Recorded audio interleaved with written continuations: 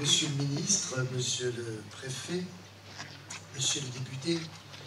mesdames et messieurs les conseillers départementaux et régionaux, messieurs les maires, mesdames et messieurs,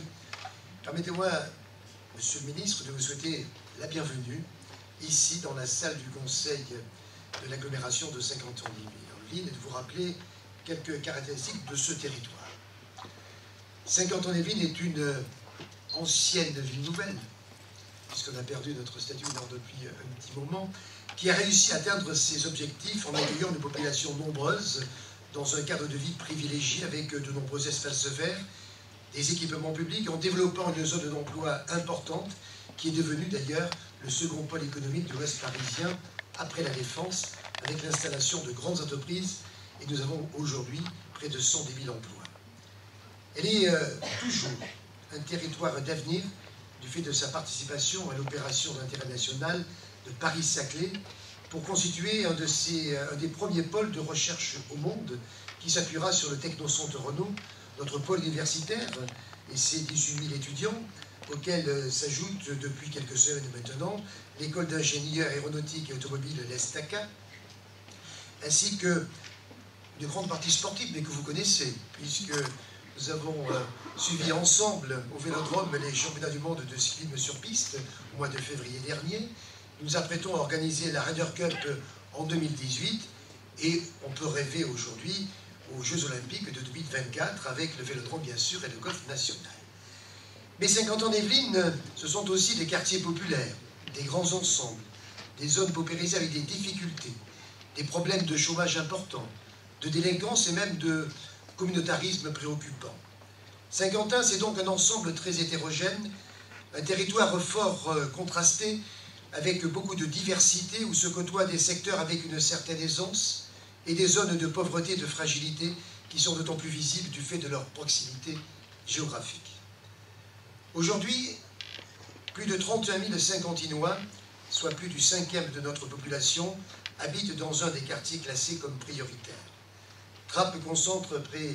des 2/3 de ces derniers, avec notamment le quartier des Merisiers, où nous sommes rendus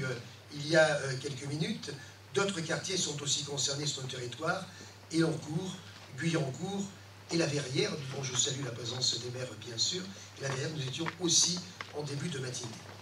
La commune de Maney-les-Hameaux, pour sa part, voit son quartier sortir de la géographie prioritaire, mais reste en zone de vigilance, n'est-ce pas, monsieur Houillon? Les 3700 habitants concernés, qui ne satisfont plus les nouveaux critères, demandent à être accompagnés, car ce quartier reste fragile et ne doit pas être délaissé. Le contrat de ville que nous allons signer dans quelques minutes doit permettre d'agir pour atténuer, pour réduire ces inégalités, afin de favoriser la cohésion et le bien vivre ensemble.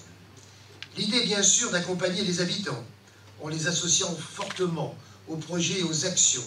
pour les sortir de la précarité et parfois d'un certain isolement,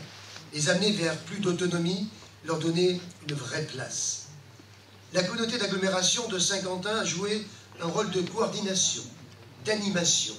d'expertise et de mise en cohérence sous l'impulsion de Patricia Lab, la vice-présidente en charge de ce secteur, que je remercie pour son travail, ainsi que bien sûr accompagnée de Valérie Sirot et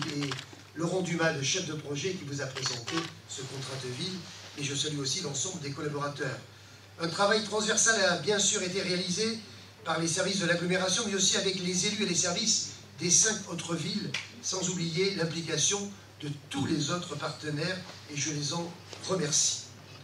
Ce contrat a déjà permis de réunir 32 signataires,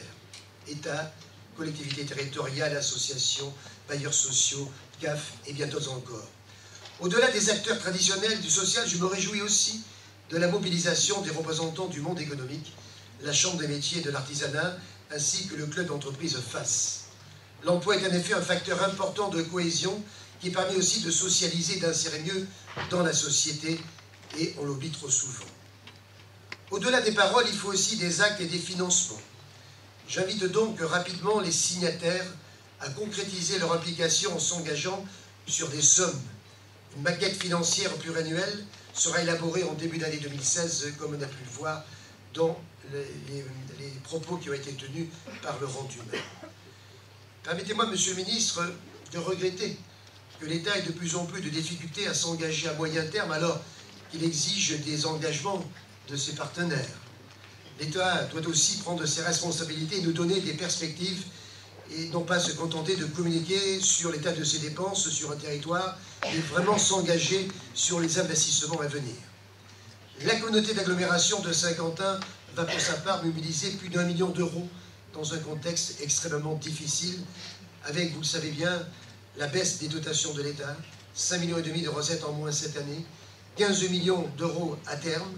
et avec un risque aussi important de perdre 15 millions d'euros supplémentaires sur le territoire, dont 12 millions pour la Casquie, avec la disparition, ce n'est pas du tout ce que nous espérons, éventuelle de la pondération du coefficient fiscal, un sujet sur lequel j'ai alerté les plus hautes autorités de l'État, n'est-ce pas, monsieur le préfet, et en particulier le Premier ministre, et que je me permets d'évoquer à nouveau devant vous, monsieur le ministre. Pour les multiples actions citées dans la présentation, je crois important de promouvoir les valeurs républicaines et d'avoir une action forte envers la jeunesse. Presque 9 mois après les attentats du début d'année qui ont secoué notre pays et le monde, il est important d'agir à destination de la jeunesse et de valoriser les principes républicains qui sont des facteurs d'unité et de cohésion. Enfin, pour conclure, ce contrat doit être aussi accompagné d'une rénovation concrète, d'un réaménagement physique de certains des quartiers. En effet, pour être efficace, il faut jouer sur tous les leviers. Nous attendons donc beaucoup des opérations de rénovation urbaine à La Verrière et à Trappes, qui viendront compléter ces actions en améliorant le cadre de vie des habitants, leurs conditions de vie et leur environnement quotidien. Les quartiers prioritaires doivent profiter de la dynamique de notre territoire et ne pas rester à la traîne. Leurs habitants ne doivent pas être des citoyens de seconde zone, mais surtout être accompagnés plus fortement.